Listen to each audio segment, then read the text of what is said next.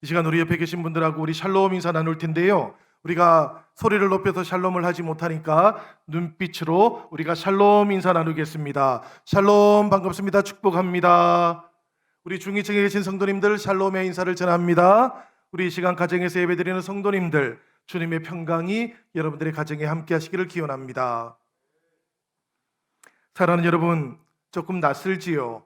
아직까지 이 예배 순서가 익숙하지 않으실 겁니다. 저희들이 무엇보다도 이 달라진 예배 순서들이 아니라 이 예배 순간순간마다 임하시는 하나님을 만날 수 있으면 좋겠다 싶어요. 우리의 마음이 열리는 예배가 되면 좋겠다 싶습니다. 그래서 저희들이 계속해서 우리가 무엇보다 하나님을 생각하고 하나님이 이 자리에 임하는 예배를 우리가 드려야 되겠다, 이런 생각으로 한 걸음 한 걸음 걸어가겠습니다. 우리 함께 이 길을 걸어가면서 주님을 더욱더 감격적으로 만나는 은혜가 있기를 기원합니다.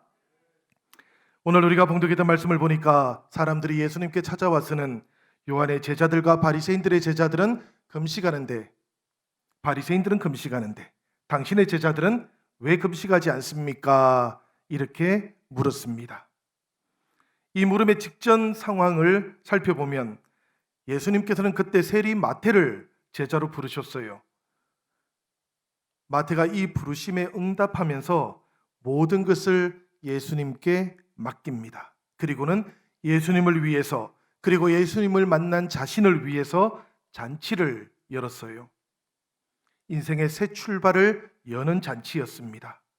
이 잔치 자리에는 예수님을 따르기로 했던 다른 많은 세리와 죄인들도 참석해서 함께 밥을 먹었다고 합니다. 이 당시에 세리를 제자로 부르는 일은 예수님께는 대단히 어려운 일이었을 겁니다. 예수님 당시에 경건한 유대인들의 눈에는 세리는 하나님의 말씀을 따르지 않는 사람이거든요. 무엇보다도 세금을 걷어서 침략자였던 로마 제국에 바치는 사람들이었기 때문에 이 민족을 배신한 사람들이었습니다. 그리고 세금에다가 웃돈을 얹어서 또 따로 챙기는 나쁜 관행들이 허다했기 때문에 세리는 사람들이 피하는 그런 부류의 존재들이었습니다. 그런데 이런 세리들을 제자로 삼았으니까 예수님과 일행들을 사람들이 편하게 볼 수는 없는 것이었겠지요. 그런데 여러분, 사람들의 이런 생각, 느낌, 이런 시선들하고 달리 세리를 제자로 부르실 수 있었던 예수님께는 기쁨이 넘쳤습니다. 이것이 대단히 중요한 일이지요, 여러분. 세리뿐만이 아니에요. 죄 많고 허물 많았던 사람들이 하나님께로 돌아오는 날이면 우리 예수님께서 느끼셨던 기쁨은 배가 되었습니다. 그 기쁨을 표현할 수 없어서 그 기쁨을 이기지 못하시는 그 마음을 우리 예수님께서 가지고 계셨던 것이지요. 사람들이 하나님께로 돌아오는 날들, 죄인들이 하나님의 자녀로 돌아오는 그 날들이 우리 예수님께는 가장 기쁜 날들이었습니다. 그런 기쁜 날들에는 예수님께서는 밥을 나누어 드셨어요. 소반 한 그릇을 나눌 때도 있었고, 또 그런가 하면 오늘 말씀처럼 잔치가 베풀어질 때도 있었습니다. 모두가 다 하나님께로 돌아온 사람들이 열었던 기쁨의 잔치였고요, 하나님께로 돌아온 사람들로 인해서 하나님께서 베풀어 주셨던 잔치이기도 했습니다. 구원받는 사람들, 구원받는 하나님의 자녀들이 주를 잊고 있었고요, 주님이 머물러 계시는 그곳에는 기쁨도 넘쳐났습니다. 잔치는 멈춰지지 않았어요. 더 많은 세리들과 죄인들이 이 잔치의 기쁨에 계속해서 초대를 받습니다. 기쁨이 넘치는 잔치 자리였습니다. 그런데 이 기쁨의 자리가 어떤 사람들에게는 충격적으로 보이기도 했어요. 최소한 바리새인들에게는 그러했습니다. 그들에게 예수님의 행보는 너무나 파격적으로 보였기 때문에 그들은 예수님을 가리켜서 먹기를 탐하고 포도주를 즐기는 사람이요, 세리와 죄인들의 친구라고 그렇게 비판을 하기도 했습니다. 그렇습니다, 여러분. 우리 예수님께서는 세리와 죄인들의 친구셨습니다. 우리 예수님께서는 그들과 함께 잔치 열기를 기뻐하셨습니다. 왜냐하면 그분들이 돌아오면 우리 주님의 마음속에 기쁨이 배가 되었기 때문입니다. 그 기쁨을 감출 수가 없었기 때문입니다. 그 기쁨을 주님께서는 이기지 못하셨기 때문입니다. 바리새인들은 불편한 속내를 우리 주님께 드러내었습니다. 죄인들과 세리들과 함께 잡수시는 것을 보고 있다가 예수님의 제자들에게 바리새인들이 찾아와서 이렇게 말을 했지요. 어찌하여 세리와 죄인들과 함께 먹는가? 이것은 물었던 것이 아닙니다, 여러분. 이것은 예수님을 비난했던 것이지요. 예수님의 식사가 이 바리새인들에게 유독 충격적으로 보였던 이유가 있습니다, 여러분. 바리새인들은 세리와 죄인들과 함께 어울리면 그들과 똑같이 부정해진다, 이렇게 생각했던 사람들이었기 때문이에요. 사실 사람들은 아무나 함께 식사하지 않습니다. 바리새인들뿐만 아니라 우리도 그렇습니다, 여러분. 우리도 생각이 다른 사람, 마음이 불편한 사람들하고는 밥을 나누어 먹지 않지요. 밥 먹을 때라도 좀 편하게 먹자, 우리 이러지 않습니까, 사실. 그런데 우리보다도 유대인들은 훨씬 더 밥을 함께 나누어 먹는 일에 의미를 부여했던 사람들이었습니다. 밥을 함께 나누어 먹는다라는 것, 그것은 그 사람을 받아들인다라는 의미를 가지고 있었던 거예요. 밥을 나누어 먹는 자리가 마음을 나누는 자리라고 생각했던 것입니다. 그러니 이 바리새인들이 세리와 죄인들이 가득했던 예수님의 그 잔치 자리를 용납할 수 없었던 것이지요. 죄인들과 함께 밥을 나누어 먹으면 죄인들의 그 죄를 받아들이는 것이라고, 그러니까 그 잔치 자리는 죄와 교제하는 자리라고 생각했던 것입니다. 이 바리새인들의 눈에는 예수님의 하나님 나라 그 잔치의 자리가 죄가 보이는 자리로 여겨졌던 것이지요. 그런데 여러분, 우리 예수님께서는 그 잔치 자리에서 다른 것을 보셨습니다.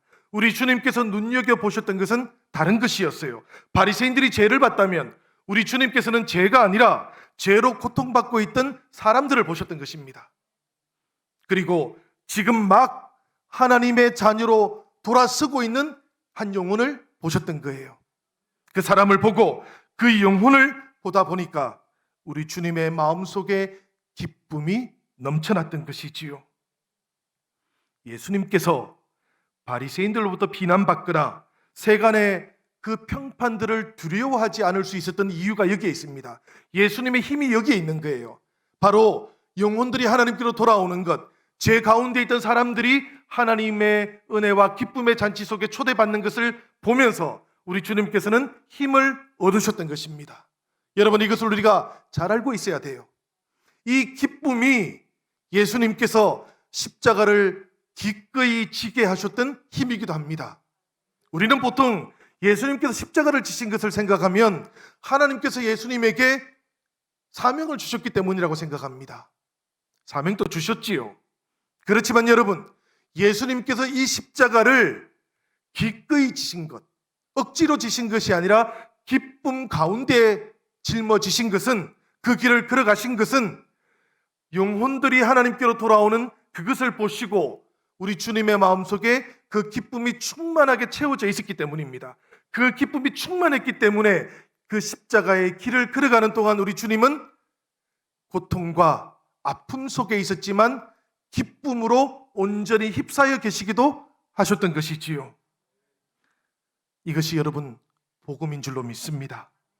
예수님께서 전하신 하나님 나라의 복음, 이 복음은 모든 사람이 하나님께로부터 초대받는 잔치의 자리입니다. 경건한 사람, 불의한 사람, 그리고 부자인 사람, 가난한 사람, 죄 있는 사람, 그리고 스스로 죄가 없다고 착각하고 있는 사람까지도, 이 모든 사람들이 하나님으로부터 이미 초대받았고 이 초대를 받아들이는 사람들마다 기쁨의 잔치에 참여할 수 있다고 예수께서는 우리에게 하나님의 초대를 알려주셨던 것이지요. 이 소식이 우리에게는 복된 소식인 것입니다. 이 기쁨의 잔치에 초대받은 사람에게 중요한 것이 있습니다, 여러분. 중요한 것이 딱 한 가지 있어요. 뭔가 하면 오직 즐거운 마음으로 함께 잔치의 기쁨을 누리는 것입니다. 예수님과 함께 기쁨의 잔치를 누리는 것, 이것만이 중요한 거예요. 저 사람은 왜 초대받았나? 이런 마음이 들면은 잔치 자리에 어울리지 않는 마음인 줄 여기시면 됩니다. 내가 초대받은 것, 내가 은혜 받은 것, 내가 용납받은 것, 이건 감격인데 저 사람은 왜 이 자리에 나와 있지? 라는 생각은 잔치의 자리에 어울리지 않는다는 것을 기억하시면 됩니다. 생각이 다른 사람, 질병으로 고통받는 사람, 직장과 상황 때문에 삶의 모습이 나와 다른 사람들, 경제적인 여건이 다른 사람들 모두가 다 하나님께서 초대하셨다는 것을 기뻐하는 것, 이것이 이 잔치 자리에는 더욱더 중요하다라는 그런 이야기입니다. 우리 예수님께서는 바로 이 기쁨의 잔치를 위해서 우리 곁으로 오셨던 분이시고 세상으로 오셨던 분이라는 것을 기억하시길 바라요. 그래서 비난하는 그 사람들에게 우리 예수님께서 이렇게 말씀하셨던 거예요. 17절의 말씀입니다. 예수께서 들으시고 그들에게 이르시되 건강한 자에게는 의사가 쓸데없고 병든 자에게라야 쓸데있느니라. 나는 의인을 부르러 온 것이 아니요 죄인을 부르러 왔노라 하시니라. 이 말씀이 오늘 우리에게도 임한 줄로 믿습니다. 우리를 부르시고 그 기쁨을 이기지 못하셨던 예수님과 만나시는 감격이 여러분들 안에 회복되시기를 바랍니다. 그런데 여러분, 이 잔치의 날에 예수님의 행동을 받아들이지 못했던 또 다른 사람들이 있었어요. 바리새인들 외에도 예수님과 그 제자들의 잔치 자리가 마땅치 않았던 사람들이 있었습니다. 18절을 보시면 요한의 제자들과 바리새인들이 금식하고 있는지라 이렇게 언급하고 있는 것으로 보아서 세례자 요한의 제자들도 예수님과 그 잔치 자리가 불편했던 것 같습니다. 마태복음을 보면 세례 요한의 제자들이 예수님께 찾아와서 이 물음을 던졌다 그래요. 마태복음 9장 14절인데 우리와 바리새인들은 금식하는데 어찌하여 당신의 제자들은 금식하지 아니하나이까? 요한의 제자들이 이렇게 물었다는 이야기입니다. 그런데 여러분, 세례 요한의 제자들은 바리새인들하고는 조금 다른 것을 지적하려고 했던 겁니다. 그들은 예수님께서 세리와 죄인들과 함께 어울리는 것에는 불만이 없었을 거예요. 왜냐하면 자기들의 스승이신 세례 요한도 가난한 사람들하고 잘 어울렸거든요. 가난한 사람들을 불러서 그들을 회개의 세례를 주었거든요. 그런데 이 세례 요한의 제자들이 가지고 있던 불만이 있었습니다. 그건 뭔가 하면 예수님과 제자들이 그런 사람들과 어울리면서 잔치 분위기 속에서 세속적인 향락을 즐기는 것처럼 보였다라는 겁니다. 이런 분위기는 세례 요한의 제자들이 받아들이기가 좀 어려웠던 것이지요. 세례 요한의 제자들은 예수님과 제자들이 세리와 죄인들을 부른 다음에는, 받아들인 다음에는 그들을 변화시키기 위해서 엄격한 금욕 생활을 가르치고 또 영적인 훈련을 시켜야 된다, 이렇게 생각했던 겁니다. 그런데 예수님은 그렇게 하시지 않으셨습니다. 예수님께서는 오히려 그들과 함께 잔치를 열었습니다. 요한의 제자들이 예수님께 찾아와서 왜 잔치를 하냐고 이렇게 말하고 있지만 예수님께서는 조금의 요동도 없이, 정말로 마음에 어떤 동요도 없으셨던 것 같아요. 그리고는 그 요한의 제자들에게 신앙의 핵심이 무엇인지를 알려주십니다. 그 말씀이 바로 19절과 20절의 말씀이에요. 우리 같이 19절과 20절의 말씀 함께 봉독해 보도록 하겠습니다. 다 같이 읽겠습니다. 혼인집 손님들이 신랑과 함께 있을 때에 금식할 수 있느냐? 신랑과 함께 있을 동안에는 금식할 수 없느니라. 그러나 신랑을 빼앗길 날이 이르리니 그날에는 금식할 것이니라. 아멘. 여러분, 이 말씀에서 우리 주님께서 강조하고 싶은 것이 어떤 부분일까요? 보통 사람들은 자신이 강조하고 싶은 말을 나중에 하는 관행들이 있습니다. 그래서 보통 사람들은 예수님의 이 말씀에서도 강조점은 신랑을 빼앗길 때 금식해야 된다라는 것에 있다고 생각들을 해왔습니다. 그러나 요한의 제자들이 왜 금식하지 않느냐고 물었던 것에 대한 대답이 바로 이 말씀이었다라는 것을 우리가 기억하는 것이 중요해요. 이 예수님의 말씀이 가지고 있는 맥락이 대단히 중요하다는 겁니다. 이 맥락을 따라서 해석을 해보면 예수님께서 요한의 제자들에게 진정으로 강조하고 싶으셨던 것은 지금은 금식할 때가 아니라 잔치를 할 때다라는 그 말씀이었던 겁니다. 지금이 어떤 때인가 하는 것을 알려주려고 하셨던 것이지요. 예수님과 함께 맞이하는 그 하나님 나라 신앙생활의 본질은 금식이나 혹은 금욕이 아니라 잔치라는 것, 그것을 알려주려고 하셨던 것입니다. 그러니까 요한의 제자들에게 예수님께서는 괜한 딴지 걸지 말고 지금 임하고 있는 하나님의 나라에, 이 하나님 나라 잔치에 지금 참여하라고 그렇게 부르셨던 거예요. 신앙생활은 여러분, 천국의 잔치를 누리는 것입니다. 신앙생활이라는 것은 이 잔치의 기쁨을 누리는 거예요. 우리가 나중에 하나님 나라 가서만 이 잔치의 기쁨을 누리는 것이 아니라 지금 부름을 받고 지금 주님과 함께하는 이곳에서 바로 그 잔치를 누려야 된다는 것입니다. 이 말씀 속에 예수님께서 십자가에 달려 돌아가실 때를 위해서 금식을 남겨두라는 그런 뉘앙스가 담겨 있기는 합니다마는 강조점은 신랑이신 예수님과 함께 잔치를 즐기는 그 자체가 더욱더 중요하다. 그리고 그것이 마땅한 일이라고 예수님께서 그렇게 세례요한의 제자들에게 알려주셨던 겁니다. 사랑하는 여러분, 오늘 이 말씀이 우리에게는 어떤 의미가 있겠습니까? 우리들은 부활의 주님과 함께 그리고 교회와 성도들을 향해 임하신 성령과 함께 동행하는 사람들입니다. 그러니까 우리는 주님과 늘 동행하고 있는 사람들이지요.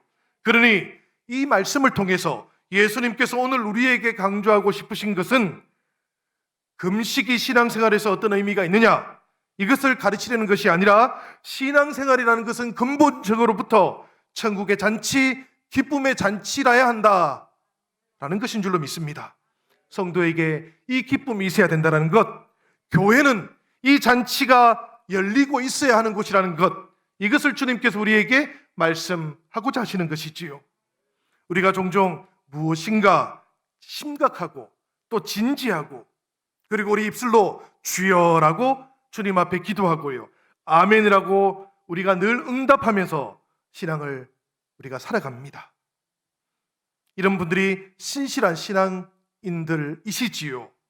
이런 신앙의 모습도 결코 나쁘지 않습니다, 여러분. 그렇지만 이것도 기억하셔야 됩니다. 신앙의 색깔이 어떠하든지 사람의 성품에 따라서 어떤 신앙의 모습을 가지고 있으시든지 간에 신앙생활에 근본적으로 필요한 것은 잔치가 필요하다는 거예요. 그 입술에 주님이라고 날마다 외치는 분들도 그 안에 잔치가 있어야 되고요, 표현이 서툴고 조금 수줍으신 분들도 그 안에는 최소한 잔치가 있어야 된다는 겁니다. 주님과 만나는 그 감격 때문에 우리 안에 잔치와 같은 기쁨의 열정이 타오르고 있어야 된다는 거예요. 드러나는 형식이 중요한 것이 아니고 그 안에 주님과 함께하는 감격이 있어야 된다는 것, 우리 주님께서 이것을 오늘 우리에게 말씀하고 있는 겁니다. 성도 여러분, 신앙은 긴장의 연속이 아닙니다. 신앙생활은 기쁘고 즐겁고 행복한 거예요. 왜냐하면 우리가 하나님의 사랑에 감격하는 것 아닙니까? 내 삶을 다스리고 인도해 가시는 그 하나님을 경험하면서 우리가 기뻐하는 것 아닙니까? 여기에 신앙생활에 묘미가 있는 거잖아요. 묘미라는 말, 묘한 맛이라는 거 아닙니까, 여러분? 신기한 맛이라는 것 아닙니까? 우리를 부르시는 하나님께서 진정으로 우리에게 기대하는 것이 바로 이것인 것이지요. 이것은 여러분, 우리가 비록 코로나로 인해서 어렵고 힘든 시대를 살아간다 할지라도 마찬가지인 겁니다. 기쁨 속에서 우리가 고난을 마주해야 하는 것이고요, 이 기쁨 속에서 고난을 이겨내어야 하는 것이기 때문에 그렇습니다. 코로나 블루라는 말이 있습니다, 여러분. 우울한 것이지요. 세상이 다 똑같은 힘듦을 경험하고 있기 때문에 분명히 내 안에도 힘들고 속상한 게 있는데 누구에게도 말을 하지 못합니다. 우리가 말을 하면 그 사람 더 속상할까 말하지 못하기도 하고요. 자칫하다가는 화풀이가 될 수도 있기 때문에 그렇습니다. 그런데 여전히 내 안에는 또 힘든 게 있잖아요. 아픈 것도 있고 속상한 일이 있지 않습니까? 우리 가정에, 우리 일터에. 저도 속상합니다, 여러분. 우리 연로하신 권사님들 날로 이렇게 연약해지시는 모습을 보면 기도할 때마다 마음이 참 아픕니다. 우리 아이들 못 보니까 너무 마음이 아프고요. 말씀들은 하지 않으셔도 우리 성도님들 가정에서, 직장에서, 일터에서 얼마나 힘드실까 생각하면 마음이, 저도 힘이 듭니다. 성도들이 그 마음에 가지고 있는 힘듦을 어떻게 풀면 좋겠습니까, 여러분? 화풀이를 하는 것이 아니지요. 찬송을 해야 되는 겁니다. 기도를 해야 되는 겁니다, 여러분. 우리 영신교회가 가장 잘하는 것을 해야만 합니다. 우리 영신교회는 이 주님의 전을 눈물의 자리로 만들었던 교회 아닙니까? 이곳에서 눈물을 흘려서 돌아갈 때는 기쁨의 관을 쓰고 돌아갔던 곳이 우리 영신교회 아닙니까, 여러분? 이곳에서 찬송하고 기도하면서 하나님께서 풀어주시는 그 은혜를 받아서 누리면서 교회를 지켜왔던 것 아닙니까? 우리가 이 코로나 시대에도 우리 안에 이 기쁨을 간직한 채 이 고난의 시절들을 마주하시고 극복하시고 이겨나갈 수 있기를 주님의 이름으로 기원합니다. 무한도전이라는 프로그램이 옛날에 있었는데 거기에 나오시는 어떤 분이 그런 이야기를 했어요. 자기는 아프면 웃는답니다. 제 기억에 그분이 노홍철 씨였던 것 같아요. 이분은 아프면 자꾸 웃는다는 거예요. 제가 그 이야기를 보면서 저분이 교인인가 보다, 제가 그런 생각을 했었습니다. 아프면 슬퍼하고 힘들면 울고, 세상은 그렇게도 성도들은 그러는 사람들이 아니지 않습니까, 여러분?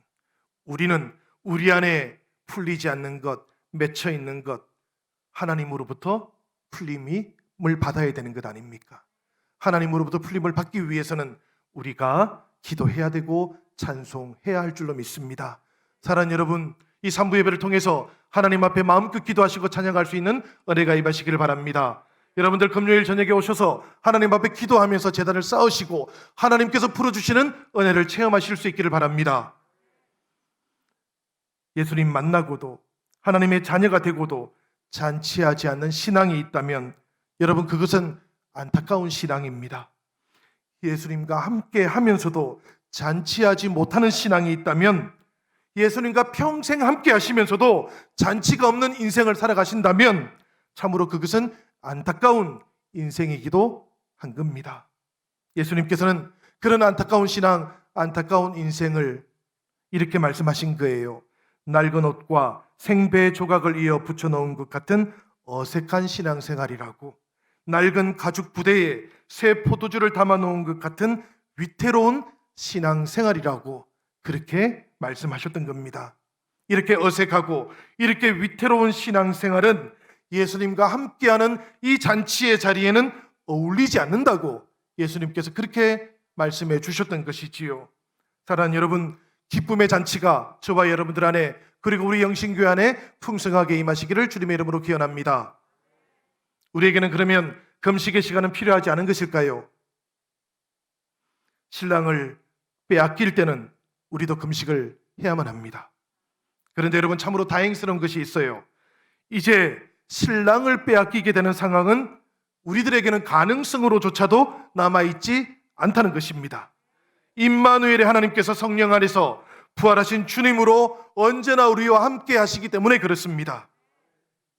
그런데 여러분, 하나님께서 우리를 떠나지 않으시고 우리와 함께 하시지만 우리가 주님을 떠날 때가 있다는 것은 기억을 해야만 합니다.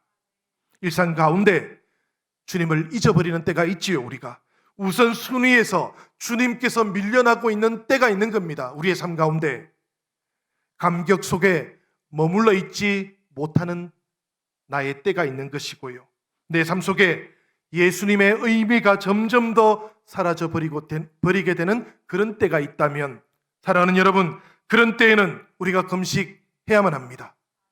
잔치의 시간을 다시 회복하기 위해서 금식의 시간을 가져야 된다라는 그런 이야기예요. 우리 낡은 시간들의 죄를 뿌려야 하는 것입니다. 마음을 찢어서라도 우리 안에 다시 하나님과 함께하는 감격이 회복되어야 할 줄로 믿습니다. 부활의 날들, 이 시간들 사이에서도 우리가 사순절을 지켜가고 있는 이유이기도 합니다. 잔치의 시간을 회복하기 위해서 금식의 시간이 필요하기 때문입니다. 사랑하는 여러분, 이 사순절 세 번째 주간에 우리가 우리 안에 온전한 잔치를 회복할 수 있기를 주님의 이름으로 기원합니다. 우리 안에 회복되어야 할 것들이 있다면 사랑하는 여러분, 마음을 찢어보시기를 바랍니다. 죄를 덮어서서라도 주님과 함께하는 은혜의 시간, 기쁨의 시간, 잔치의 시간이 회복되어지는 역사가 저와 여러분들 모두에게 함께 하시기를 주님의 이름으로 기원드립니다.